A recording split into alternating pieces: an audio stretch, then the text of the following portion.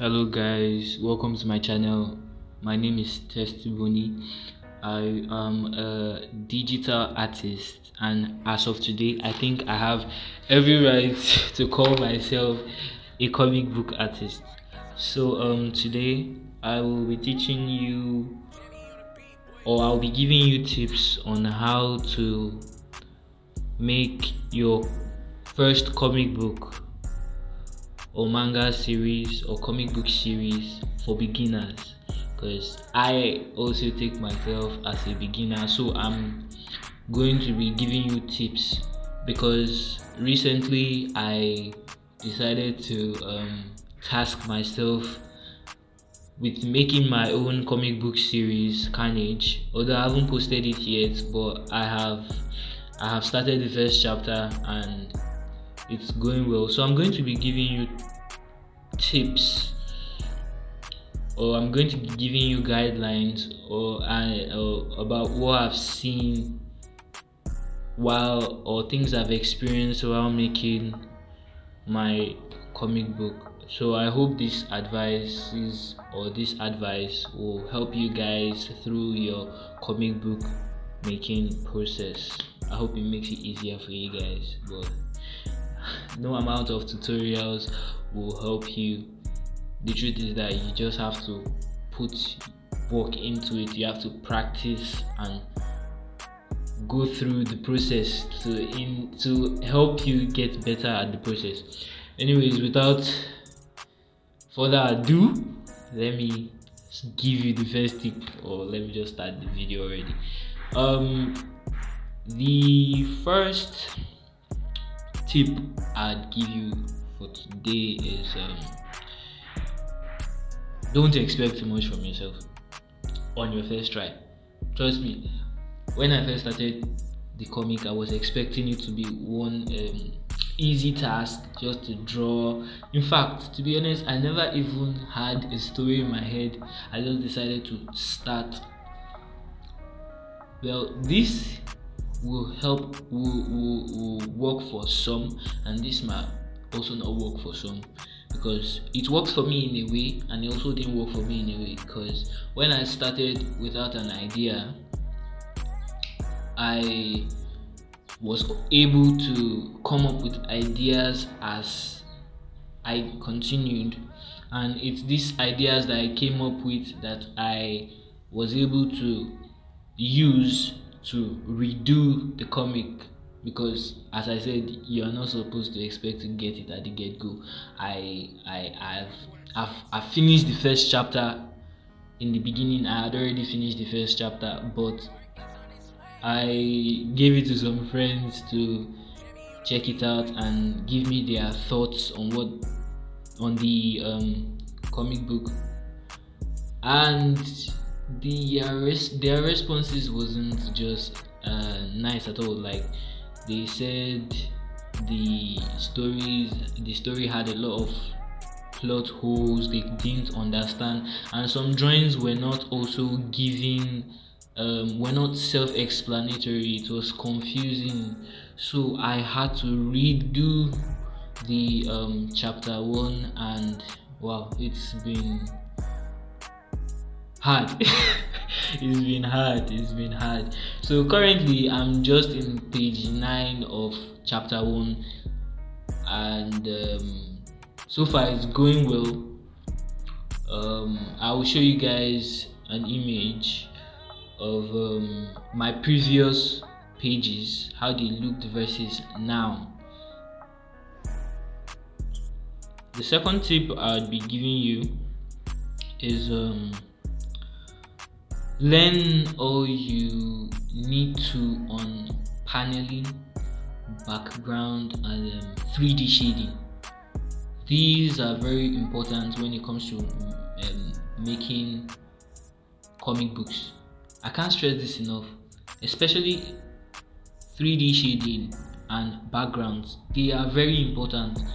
These things are very, very, very crucial when it comes to making comics, because you can't make a comic book without background. So for those of you who haven't started practicing backgrounds, I'd advise you start drawing backgrounds, because they are very important. Once it comes to comic books, you can't escape it.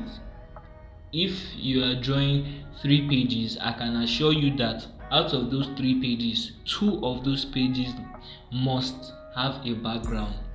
Background is a very important subject, because you need your readers to know where your character is, or where the story is taking place, what's happening around it is very important. You can't skip backgrounds. And also learning how to shade 3D objects. You can look for tutorials on YouTube on this subject. Practice, practice, practice. I don't expect you to get it all in a day, but practice. It took me about a year or so before I could even decide to even start my own comic book. Although I have already done one previously. I named that one. I think I did that one while I was in high school. Is it high school? Yeah, I think high school, in SS senior secondary school 2 or 1. Yes, I did a comic book, and looking back at it right now, I was just doing rubbish, utter rubbish. Although my classmates as at that time said they liked it and everything, but looking at it now, nah. Those comics did not even make sense at all. Although I got the inspiration from Detective Conan. I saw that was the first manga I actually picked up to read.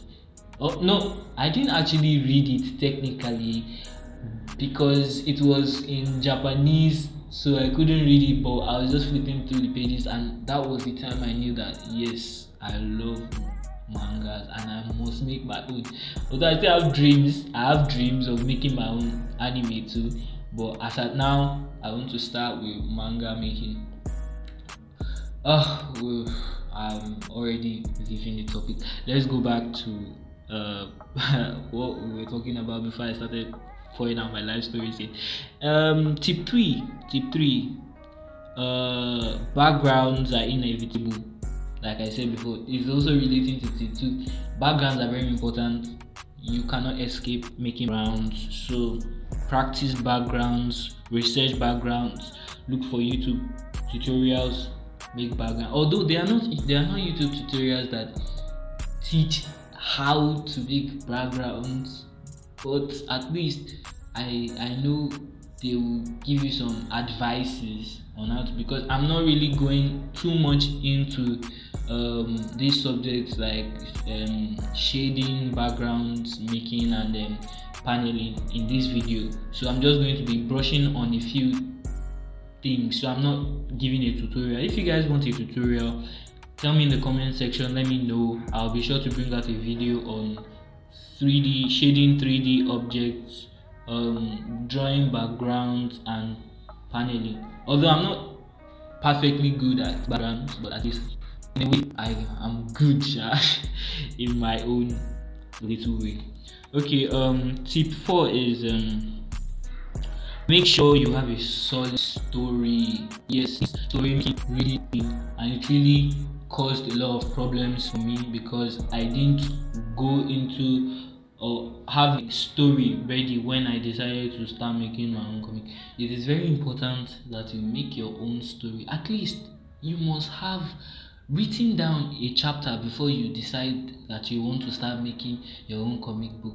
If you don't write down at least one chapter before starting, and you just want to start bareheaded, nah bro, I can't stress this enough. The plot holes that are going to be in your story are going to be plenty. Your readers are going to be confused.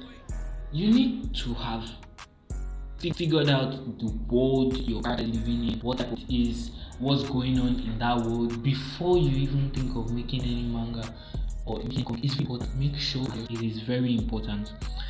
Tip 5. Make sure your drawings are self-explanatory. Very important. Your drawings have to explain what is going on in the panel. Very, very important. because to understand, because definitely you're not going to be there to explain to your reader she's doing this, he's doing that. It's not, you're not going to be there, it's not possible.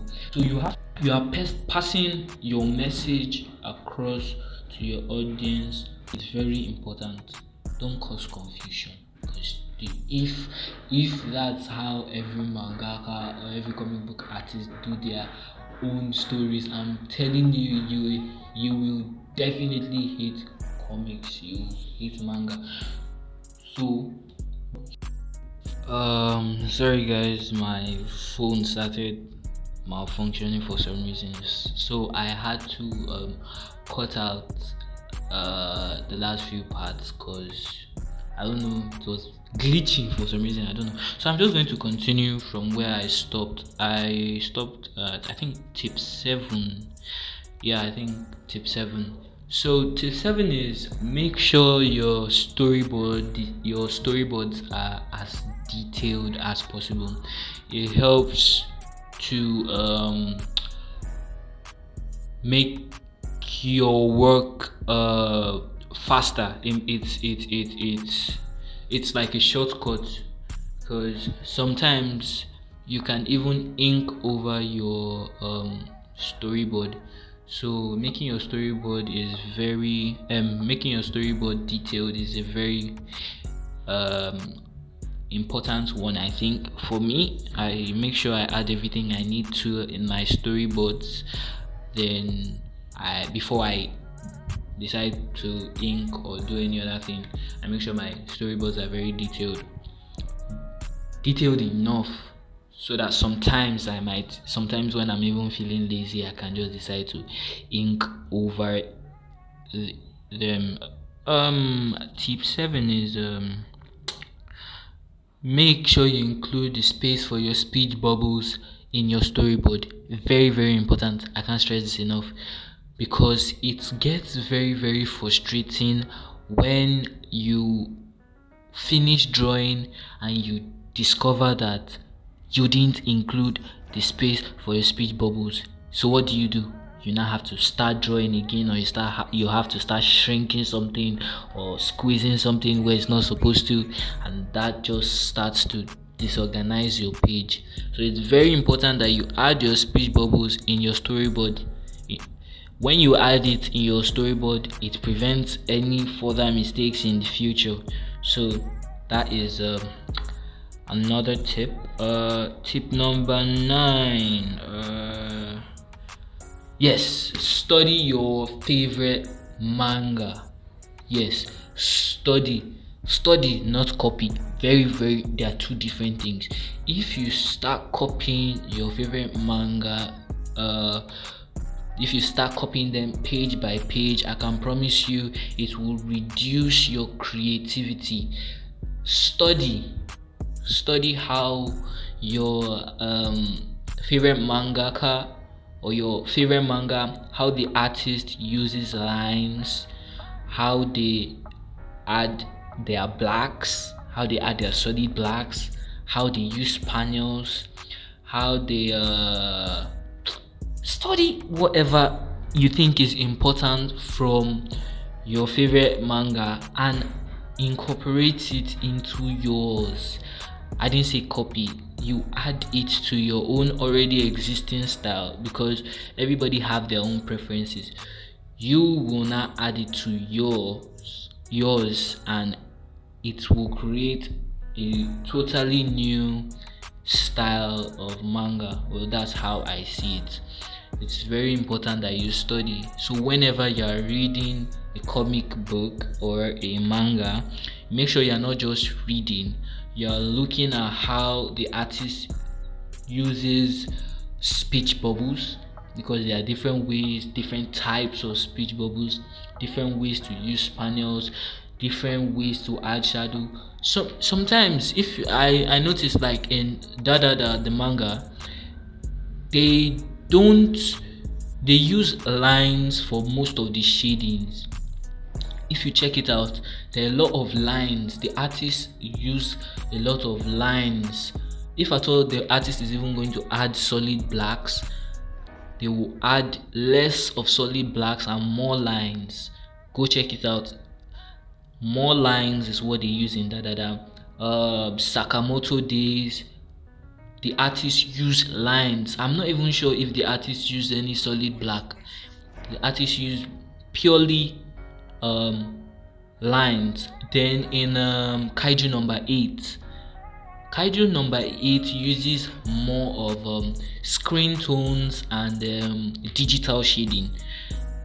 They didn't use too much. They use lines for hair and some other things, but basically what they use to shade is just normal digital shading methods where you use black but you reduce the opacity of the black to make it look somehow like ash. Yeah, so that's what they use in Kaiju number 8. So you have to go through your favorite manga and study the techniques these artists use.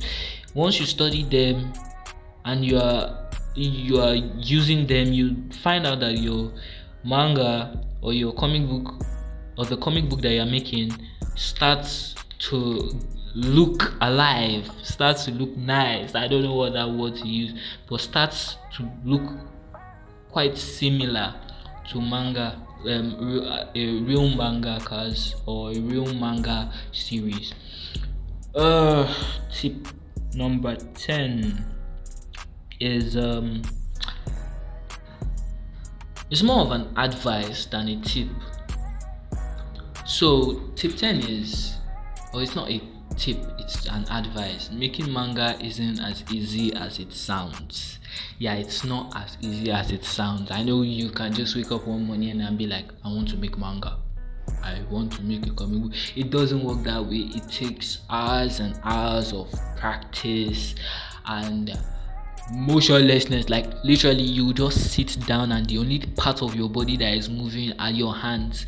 Maybe your left hand is picking popcorn or whatever snack you're eating and you are drawing continuously. That is the only way to get better at making manga. Make sure you know how to draw all your angles. There are a lot of things you have to make sure you're already good at before you can just decide to make manga. You make sure your form is flawless.